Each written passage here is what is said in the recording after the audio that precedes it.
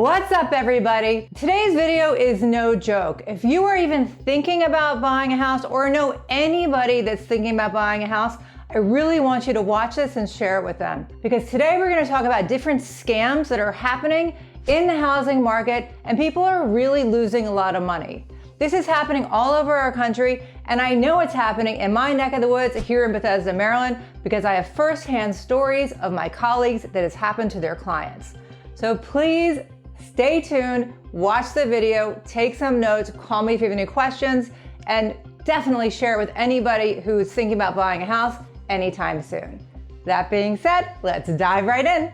So the first scam is the most prevalent and it's really happening more and more. And that is that hackers will hack into emails, whether it's from the realtor or the title company or the lender, and they'll change the wiring instructions right at the last minute. Everything sounds legit, looks legit, and your money that you think is going to the settlement company goes to them, and it is literally gone. Take a look at this clip from Good Morning America because they just featured this story and they get into detail how it works, and then we'll talk about it a little bit.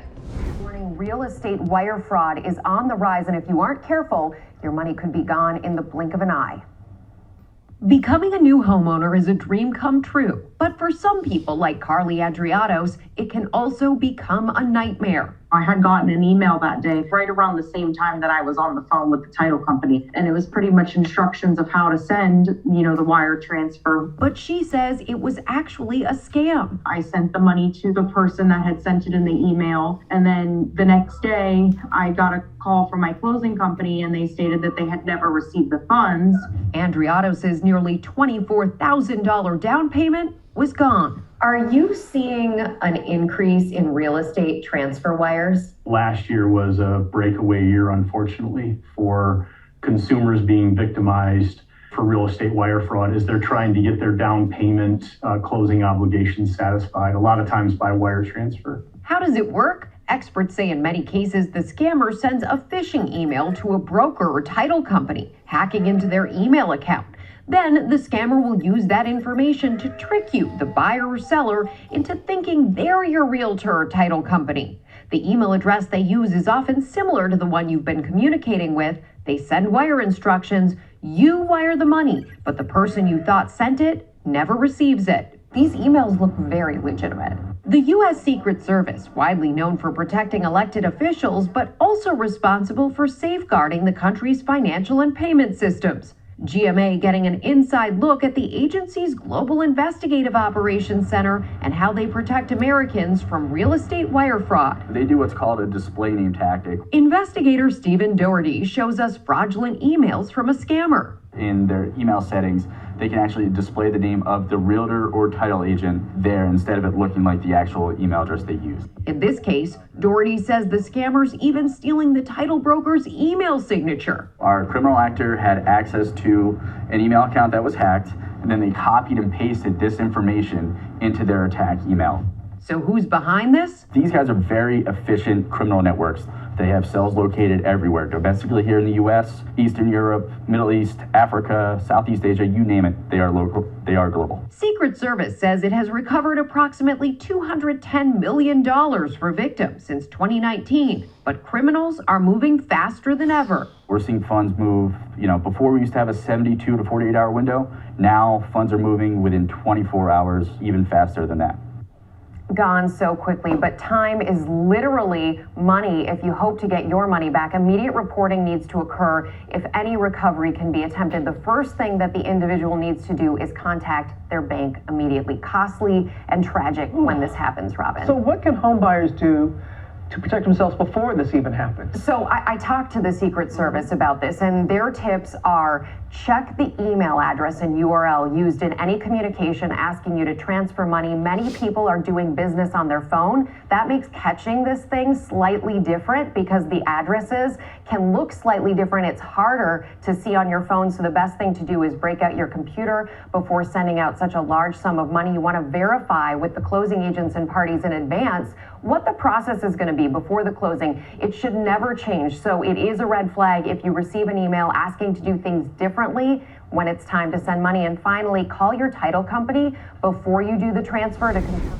So I know that was a long clip and I appreciate you watching it, but they really do go into detail about how it works. But here is my takeaways and my experience and what we're seeing really happen. When they hack into the emails, it's usually right at closing, right? So it's not when you first deposit your earnest money deposit, although I could see that happening as well. But around here, empirically, what we're seeing is that it's right before you close. And so you're sending the title company, if you're putting 20% down, you're sending them that 20% plus your closing costs, and the bank is sending the rest if you're getting a loan. So it's a lot of money. It's not just the earnest money deposit.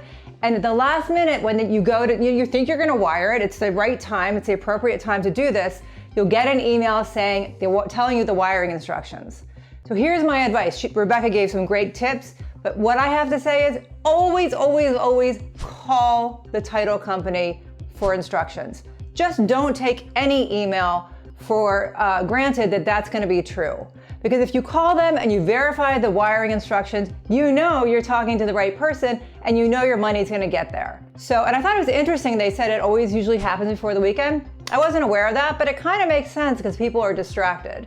So the next scam I want to just talk about briefly is the rental scam. This is happening a lot when people go to rent a house because prices are too high, so they don't want to buy, so they're thinking about renting. They see a house online, they see all these beautiful pictures, they go to make an appointment, and they say the phone number leads to the person in charge, the agent or the landlord or the homeowner, and they say they need to wire them a deposit first before they can let them in the house. That's the first scam. They wire the deposit, boom, they're gone, the house doesn't exist. The other scam is that the house does really exist, and there are pictures, maybe not of this exact house, but the address is true, the house is true, you can drive by it, the ad is listed, this is your dream house. You call the number on the ad on Craigslist or wherever it is to rent the house. They say, great, we have so many, so if you want it, you got to send your rent here. You send the rent in, and actually that house is not for rent at all. They just stole the address and used it as an ad to rent it, but it doesn't exist as a rental. It's just a person living in their house having no idea this scam is going on. So what you need to do in these circumstances is you really need to do your due diligence.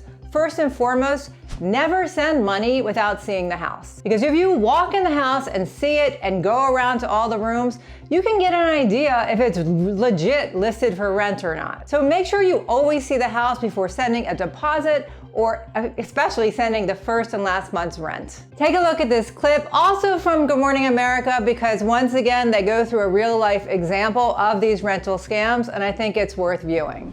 Number. Experts say scammers often advertise rentals that don't exist or aren't actually available, all to trick people into transferring money to them. The housing market is still kind of crazy right now. So we're getting even more reports of, I saw this property online, it looked fascinating, but when I went to go check it out, it either didn't exist or there was some other circumstance that really raised a lot of red flags. And the Better Business Bureau points out red flags. Signs of a scam: the person asks for money before you see the house or sign a lease. They won't meet you in person, or they say you can't see the inside of the house. The housing market is ridiculously competitive right now, so you do need to be extra careful. Our experts say slow down. If anything seems fishy, check the county property tax records to make sure you're talking to the actual owner. All that info is public and usually online. You can search it by the address of the house. And as we mentioned in the piece, if you can't get access to the inside of the house, no matter how competitive the market, that's a red flag, George. Boy, it sure is. Okay, Becky, thanks very much.